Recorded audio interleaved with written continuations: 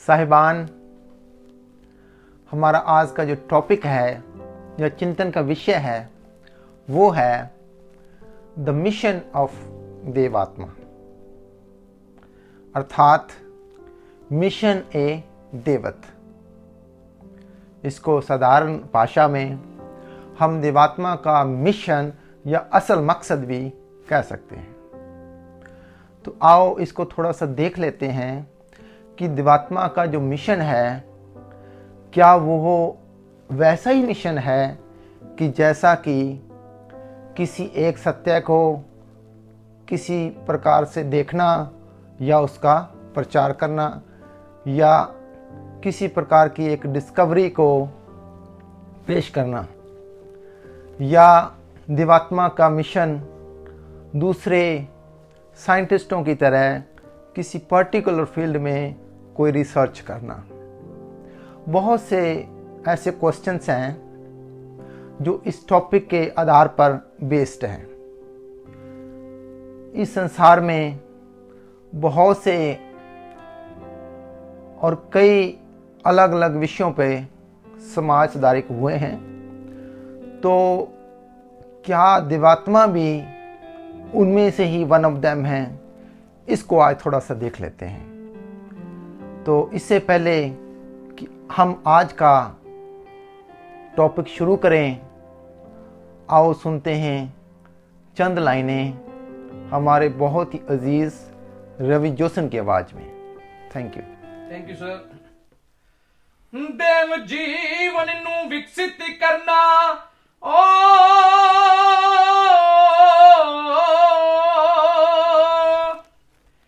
ਦੇਵ ਜੀਵਨ ਨੂੰ ਵਿਕਸਿਤ ਕਰਨਾ ਹੈ ਜੋ ਵਿੱਚ ਨਿਚ ਸਤ ਸ਼ੁਭ ਅਨੁਰਾਗਾਂ ਦੀ ਖਾਤਰ ਫਨਾ ਹੋਣਾ ਹੈ ਵਿੱਚ ਨਿਚ अपनाया जो आला मिशन सी ओह असल निच मिशन बच्चा ना मार दिया रूहां नू मिशन है जो विच निच सी हजूर दा लसानी मिशन है ओही असल मिशन विच निच। थैंक यू साहिबान, देवात्मा के मिशन को जाने बगैर देवात्मा की फिलॉसफी क्या है, इसको थोड़ा सा समझना मुश्किल है। और ना ही हम इसकी जो एक्सट्रिंजिक ब्यूटी है, जो उसका यूटिलिटी पार्ट है, उसको भी पूर्ण रूप से समझ पाएंगे। तो आज हम बात कर रहे हैं देवात्मा स्कूल ऑफ थॉट के बेस्ड पर the highest meaning in life के फर्स्ट चैप्टर में what type of heaven is this, ये कैसा स्वर्ग, उसमें हम प्रेयर की बात कर रहे हैं। तो उसमें एक लाइन आती है द मिशन ऑफ देवात्मा। जैसा कि हमने पहले भी देखा कि जो देवात्मा का मिशन है, क्या वो नेचर बेस्ड है, क्या वो एवोल्यूशन बेस्ड है, क्या वो उसका आधार साइंटिफिक या साइंटिफिक मेथड है, मींस साइंटिफिक टेम्पर है के बेस्ड पर है, या वो उसका बेस क्या है, इसको समझ लेना हमारे लिए आज बहुत ज़रूरी है। क्योंकि इसको समझे बिना देवात्मा की फिलॉसफी को समझ पाना ऑलमोस्ट इम्पॉसिबल है। तो जैसे ही इस संसार में या इस नेचर में जितना भी एवोल्यूशन हुआ है, उसके पीछे बहुत सी कुर्बानियाँ देनी पड़ी हैं बहुत बड़े बड़े समाज सुधारकों को। भले वो पॉलिटिकल एमेंसिपेटर्स हों, भले वो सोशल रिफॉर्मर्स हों, भले ही वो रिलीजियस लीडर्स हों। मैं तो कई बार ऐसा भी सोचता हूँ कि हम भले ही बहुत छोटे रूप या बहुत छोटे लिहाज से विकसित हुए हैं, लेकिन जितना भी विकसित हुए हैं उसके पीछे कितने अति महान आत्माओं का योगदान है। अगर हम इसको थोड़ा सा भी समझ पाएं तो शायद हमारे जीने का नजरिया ही बदल जाएगा। कल्पना करें आज से 3 सेंचुरी पहले कि सती सिस्टम क्या था, सती प्रथा क्या थी, कि एक लड़की जो भले ही यंग एज में हो, अगर उसका पति मर जाता है तो उसको जिंदा साथ में ही सड़ना पड़ता है। सपोज करो कि एक लड़की बाल विवाह के कारण छोटी उम्र में, जब उसको कई बार तो बोलना ही आता था या थोड़ा सा और भी बड़ी हो जाए तो शादी का थोड़ा बहुत मतलब ही समझ आता था, तो वो विडो हो जाती थी और आजीवन वो वैसी ही नरक की जिंदगी गुजारती समाज के डर से। सोचो वो हालात क्या होंगे जब दास प्रथा थी, कि एक आदमी भले वो 80 साल का हो, वो अपनी वाइफ को बेच आता था और नई लड़की खरीद के ले आता था। दास प्रथा तो थी ही थी। मेल डोमिनेटेड सोसाइटी भी साथ में हमेशा रही है। सोचो उस हालात को जब एजुकेशन का राइट भी नहीं था हर आदमी को।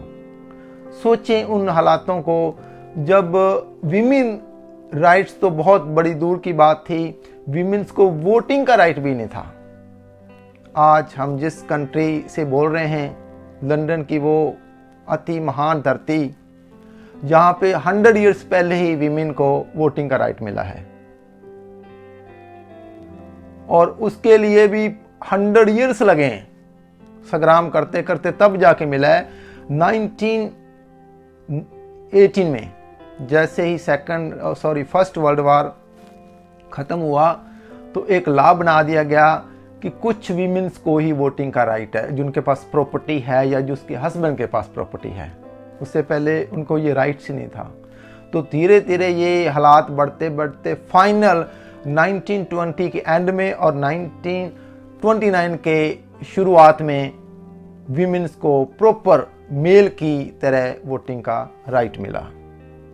तो ये लफ्ज़ बहुत कहने सिंपल हैं कि सती प्रथा, बाल विवाह, एजुकेशन, विमेन राइट्स और ये वोटिंग राइट्स, लेकिन इसके पीछे बहुत से समाज सुधारकों ने, बहुत से आला हस्तियों ने बहुत कुर्बानियाँ दी हैं। मैं तो कई बार वो चेहरे सामने लाता हूँ कि गलीलियो का क्या कसूर था। सिर्फ यही कि उसने सच्चाई देखी थी कि ये सूरज पृथ्वी के चारों ओर नहीं घूमता। लोगों के विश्वासों के खिलाफ होने से उसके साथ क्या अत्याचार हुआ, वो कहते हैं आजीवन कारावास में डालने का प्रयत्न किया गया एंड तक, और वो अंदर ही जेल में रहते रहते अंधा हो गया था।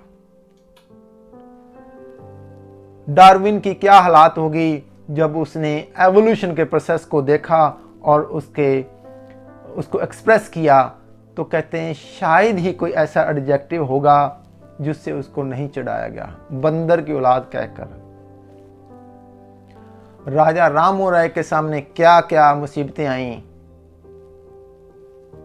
मैं तो कई बार सोचता हूं अगर गोरों का इंग्लिश रूल्स ना होता इंडिया में तो भले राजा राम मोहन राय जितनी मर्जी टकरे मार लेते, ये सती सिस्टम नहीं बंद हो सकता था।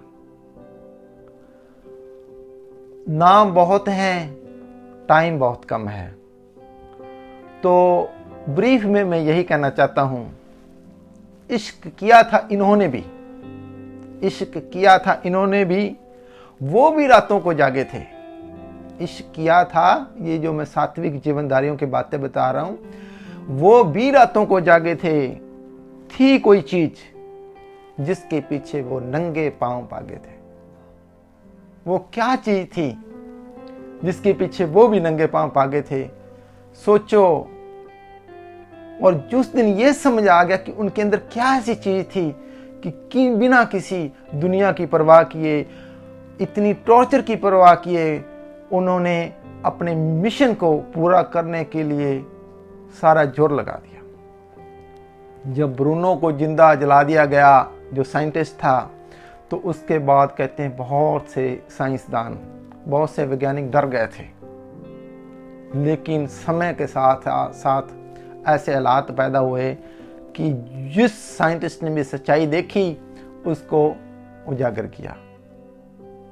अभी मकसद तो इनका, सभी सात्विक जीवनधारियों का, किसी एक प्रकार की बुराई या मिथ्या को खत्म करना था और सच्चाई को जागृत करना था। लेकिन अफसोस और महाअफसोस कि सात्विकता के बढ़ते बढ़ते भी एक प्रॉब्लम जाती गई और दूसरी आती गई।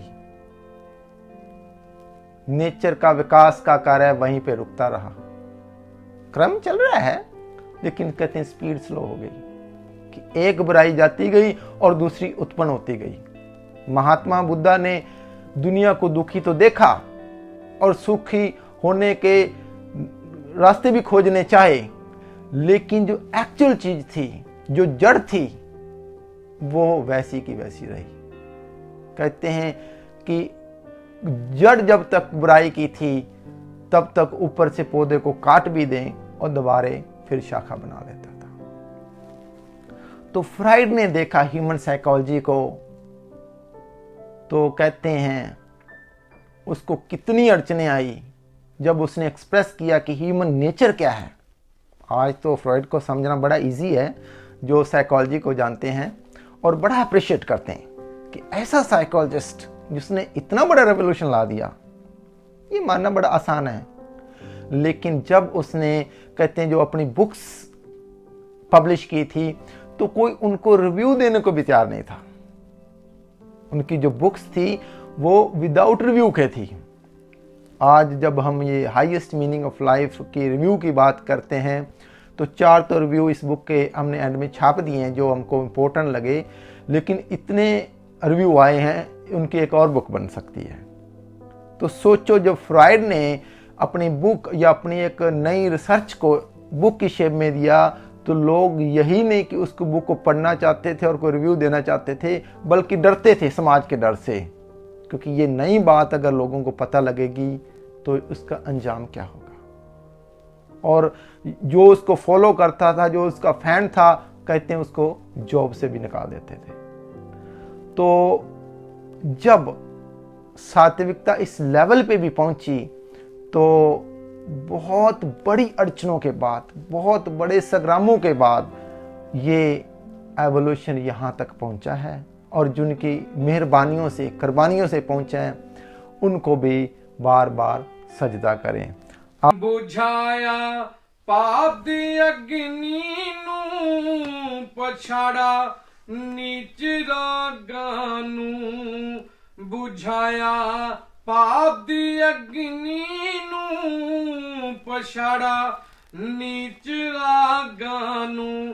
दिता अधिकार जिसने भी हजूर दे देव असरां नूं। बुझाया पाप दी अग्नि नूं,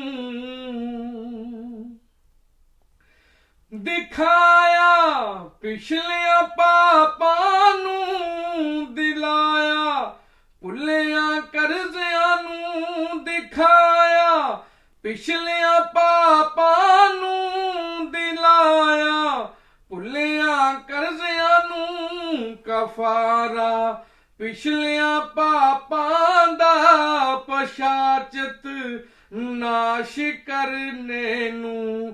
बुझाया पाप दी अग्नि नूं। जो मिथ्या ते जो नफरत सी, आत्म हित दे अंधियां नूं। जो मिथ्या ते नफरत सी, आत्म हित दे अंधियां नूं। कर रही सी जो बेड़ा गर्क, जकड़ ਸੰਸਾਰੀ ਤੰਦਿਆਂ ਨੂੰ ਬੁਝਾਇਆ, ਪਾਪ ਦੀ ਅਗਨੀ ਨੂੰ ਪਛਾੜਾ, ਨੀਚ ਰਾਗਾਂ ਨੂੰ। Thank you. थैंक्स। साहिबान, 1999 में बीबीसी ने एक सर्वे की रिपोर्ट इकट्ठी की। तो उस सर्वे में उन्होंने जो उनका टॉपिक था, the greatest thinker in the millennium, मतलब पिछले 1000 साल में सबसे बड़ा इन्फ्लुएंशियल थिंकर कौन था। तो जब रिपोर्ट आई तो बड़ी हिला देने वाली थी कि कार्ल मार्क्स पहले नंबर पे आए और आइंस्टाइन, सर आइंस्टाइन, वो दूसरे नंबर पे रह गए थे। तो लोगों को जब रिपोर्ट आई तो एक शौक सा लगा भी कार्ल मार्क्स पहले नंबर पे क्यों? कौन थे कार्ल मार्क्स? क्या वो आइंस्टाइन से भी ज्यादा इन्फ्लुएंशियल थिंकर थे? तो जब कार्ल मार्क्स ने देखा सामाजिक हालात, पॉलिटिकल हालात और धार्मिक हालात, कहते हैं वो अपने आप को काबू ना कर पाया और मसीहा बन गया उन गरीबों का, उन मासूम मजदूरों का जिनकी जिंदगी कोई पशुओं से ज्यादा बेटर नहीं थी। ये बात ने लोगों को इतना अपील किया कि लोगों ने वोटिंग में उसको पहले नंबर पे लाके खड़ा कर दिया। अब प्रॉब्लम ये थी, बहुत से सामाजिक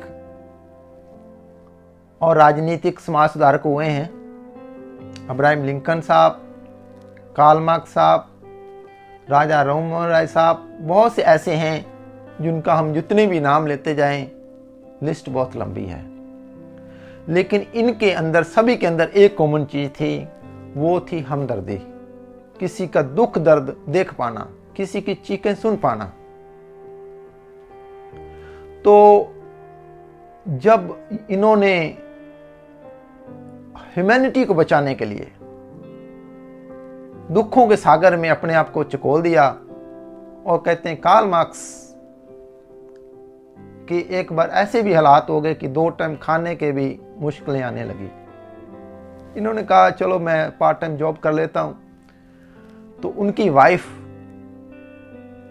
एन नाम था उनका, तो कहती नहीं, अगर आप अपनी एनर्जी, अपने टाइम को अपने मिशन के अलावा स्पेंड करेंगे तो दुनिया बहुत कुछ मिस कर जाएगी। हम एक वक्त की रोटी भी खा लेंगे। ये कौन लेडीज कह रही थी? वो रॉयल फैमिली से बिलोंग करती थी और इतनी अमीर थी शायद उसकी कभी कल्पना करना भी हमारे लिए मुश्किल हो। तो जब जर्मन से कार्ल मार्क्स को नई थॉट के कारण वहां से भगा दिया गया, तो कहते वो फ्रांस गया। पेरिस से भी जब उनको भगा दिया गया तो वो लंदन की तरफ आता है। लंदन की धरती बड़ी कमाल है, बहुत से रिफॉर्मर्स को इन्होंने वेलकम किया है। जितना अप्रिशिएट कर सके इस धरती को उतना ही कम है।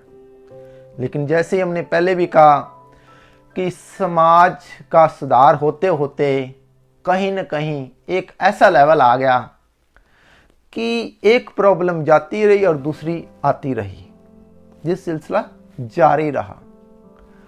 क्योंकि जो बेस था, जो जड़ थी, जो मेन प्रॉब्लम थी, वो थी falsehood and evil producing human nature. जो ये ह्यूमन की जो आत्मिक गठन है, वो जो सुख अनुरागी प्रवृत्ति है, जो उसके अंदर अधूरापन है, वो उसकी मेन प्रॉब्लम थी और ये सात्विक लाइट में दिख नहीं सकती थी। जब विकास का एक लेवल, भले वो ह्यूमन बीइंग्स हो, भले वो एनिमल्स हो, भले वो प्लांट वर्ल्ड हो, जब कहीं रुकता हुआ नजर आया तो कहते हैं प्रकृति माँ ने नेचर ने, मदर नेचर ने एक ऐसा जंप लगाया और एक ऐसे जीवन का, एक ऐसे अमृतमय जीवन का विकास हुआ जिस थिंकर का नाम है देवात्मा। अफसोस और महाअफसोस कि वो अमृत का फुवारा फूटा भी तो ऐसी धरती पर जो स्वार्थ में इतना गर्क गई थी कि भूतों प्रीतों से भी बदतर जिंदगी स्वार्थ ने बना दी थी।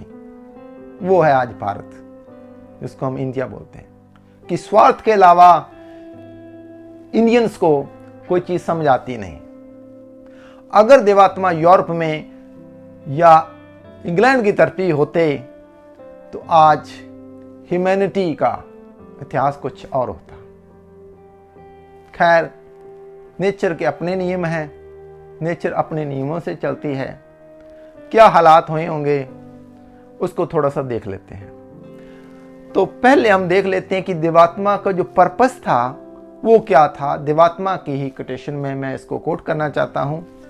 तो देखें, देवात्मा फरमाते हैं, मैं इसी पृथ्वी में स्वर्ग चाहता हूं, इसी धरती पर स्वर्ग चाहता हूं। मैं इस पृथ्वी पर, इस वातावरण में, यहीं पर एक ऐसा देव जीवन आपको पेश करना चाहता हूं, ऐसा एक देव धर्म लाना चाहता हूं जो इसी दुनिया में सब प्रकार के पापों, जैसा कि रवि जोशी ने बताया कि पापों और बुराइयों का नाश करने को, उनको गारत करने को, सब प्रकार के पापों और बुराइयों को नाश करता हो, जो इसी दुनिया में ऐसे सच्चे और भरोसे के योग संबंधी पैदा करता हो, जिसके पैदा होने से मनुष्य जीवन सब प्रकार से मीठा और सुखप्रद बन सकता हो। देवात्मा क्या चाहते हैं? एक ऐसा जीवन जो चारों जगतों के लिए उपयोगी हो, बेनिफिशियल हो, मीठा हो, सुखप्रद हो, शांति लाने वाला हो, एकता लाने वाला हो, परम एकता लाने वाला हो। आगे क्या कहते हैं देवात्मा? मैं इस प्रकार का दृश्य देखता हूं।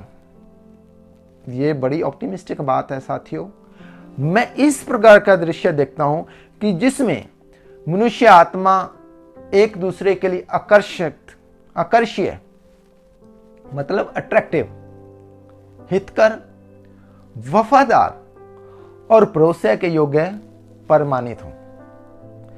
मेरा मिशन, ये देवात्मा फरमा रहे हैं, मेरा मिशन आत्माओं में नवजीवन पैदा करना है, सात्विक जीवन पैदा करना है, एक ऐसा जीवन जो भरोसे के लायक हो, और पाप जीवन से निकालकर इसी दुनिया में उनके सभी संबंधों को पवित्र करके धर्मराज की बरकतों से माला माल करना है। साथियों, देवात्मा का मिशन ये नेचर का ही मिशन है। नेचर एक बहुत ही महान दिशा की तरफ बह रही है, जिसको हम विकास की दिशा कहते हैं। एक ऐसी दिशा जहां पे उन्नति का रास्ता है, प्रोग्रेस का रास्ता है, विकास का रास्ता है। उसको एक हार्मोनियस स्टेज पे जाना है। नेचर को एक ऐसे लेवल पे जाना है जहाँ पे human beings, animals, plant world और फिजिकल चारों जगत सरवाइव कर पाएं, चारों जगतों के अंदर एकता और परम एकता हो। तो यही नेचर का मिशन है, और देवात्मा का मिशन भी नेचर का ही मिशन है। अब हमको जो देखना होगा, जो इम्पोर्टेंट बात है कि ये जो मिशन है, जैसे कि हम कह रहे हैं कि परम एकता लाना, मेल लाना संबंधों में, ये संभव कैसे है? इसके लिए हमने, जैसे कि लास्ट टाइम हमने डिस्कस किया कि हमने एक छोटा सा सर्वे किया कि why are we here on this planet. तो लोगों ने अपने अपने व्यूज रखे 5000 लोगों से ऊपर हमने ये उनके कमेंट्स इकट्ठे किए, तो लोगों ने यह तो कहा कि मेल तो आ सकता है किसी लेवल पर, लेकिन कंप्लीट मेल होना ये थोड़ा सा मुश्किल है, क्योंकि ह्यूमैनिटी के जो अभी लेवल है वो इतना स्वार्थी इंसान है, इतना इगोइस्टिक है, इतना कपटी है, मिथ्या विश्वासी है कि उसको यहां से बाहर निकलना बहुत मुश्किल है। अब ये दुनिया 2 पार्ट्स में डिवाइड हो गई। एक पार्ट तो वो जो सीधे साधे लोग हैं जिनका कुछ एम नहीं था, मतलब एम्बिशन लेस लोग बोल सकते हैं, वो भी मारे जा रहे थे। और दूसरे प्रकार के लोग जिनका एम्बिशन था, जो रिफॉर्मर्स हुए, जो साइंटिस्ट हुए, जो फिलैंथ्रोपिस्ट हुए, या बहुत बड़े वैज्ञानिक हुए हैं, या कह लो कि बहुत बड़े बड़े बिजनेसमैन जिनका कुछ एम था, जो किसी पर्पस के लिए जिए। अब नेगेटिव ह्यूमन नेचर होने के कारण जो एम्बिशियस लोग थे उन्होंने भी इस दुनिया में नरक उपजाया है। कम या ज़्यादा की बात बाद में करेंगे, लेकिन उनके जीवन से भी नीच जीवन निकला है। उन्होंने भी समाज को 2 पार्ट्स में डिवाइड कर दिया, अमीर अमीर बनते गए और गरीब गरीब बनते गए। जो रिलीजियस लीडर्स भी थे उन्होंने एक पाप को तो खत्म किया और 10 पाप और शुरू करवा दिए गए। ये थोड़ा सा बड़ा सेंसिटिव टॉपिक है, फिर कभी बात करेंगे कि जूं जूं दवा लेते गए त्यों त्यों मर्ज बढ़ता गया। क्यों बढ़ता गया? क्योंकि उनके अंदर एक ऐसी लाइट नहीं थी जो ये दिखा सके कि मनुष्य की गठन क्या है, आदमी या औरत जो भी है उसको चलाने वाली शक्तियां कौन सी हैं। सात्विक जीवनधारियों ने इशारा तो किया, कोई आत्मा है, कोई भाव है, लेकिन उसका क्लियर पिक्चर इसलिए नहीं समझ सके क्योंकि उसके लिए एक खास लाइट की जरूरत थी, एक खास ज्योति की जरूरत थी जो नेचर ने अपने ही बिलियन सेंचुरी में इवॉल्व करते करते देवात्मा के अंदर वो लाइट पैदा हुई। और उस लाइट में देखा कि इंसान खुद भी खत्म हो रहा है और औरों को भी खत्म कर रहा है। उसके अंदर सुख अनुरागी प्रवृत्ति है, जब तक वो रहेगी इंसान अच्छा काम करके भी अपना नुकसान कर सकता है। तो देवात्मा को क्या क्या अड़चने आई होंगी ये अनुमान आप लगा सकते हैं। एक ब्रिटिश एवोलूस्ट ने बहुत बड़ी स्पेकुलेशन की थी, एक परिकल्पना की थी कि कल को कोई ऐसी शक्ति, ऐसी दिव्य लाइट, ऐसी अद्वितीय शक्तियां रखने वाला कोई विशेष जीवन पैदा होता है तो उसका इस दुनिया में सरवाइव करना बड़ा मुश्किल हो जाएगा। वो सरवाइव नहीं कर पाएगा क्योंकि जो दुनिया का लेवल है वहाँ पे तो सात्विक जीवनधारियों का बचना ही बड़ा मुश्किल है। कोई पूर्ण गठन प्राप्त आत्मा अगर आ गया तो उसका बचना केवल मुश्किल ही ना होगा बल्कि दुखों और त्यागों की चक्की में पिस जाएगा। तो आओ एक छोटी सी नज़म द्वारा इसको थोड़ा सा समझते हैं।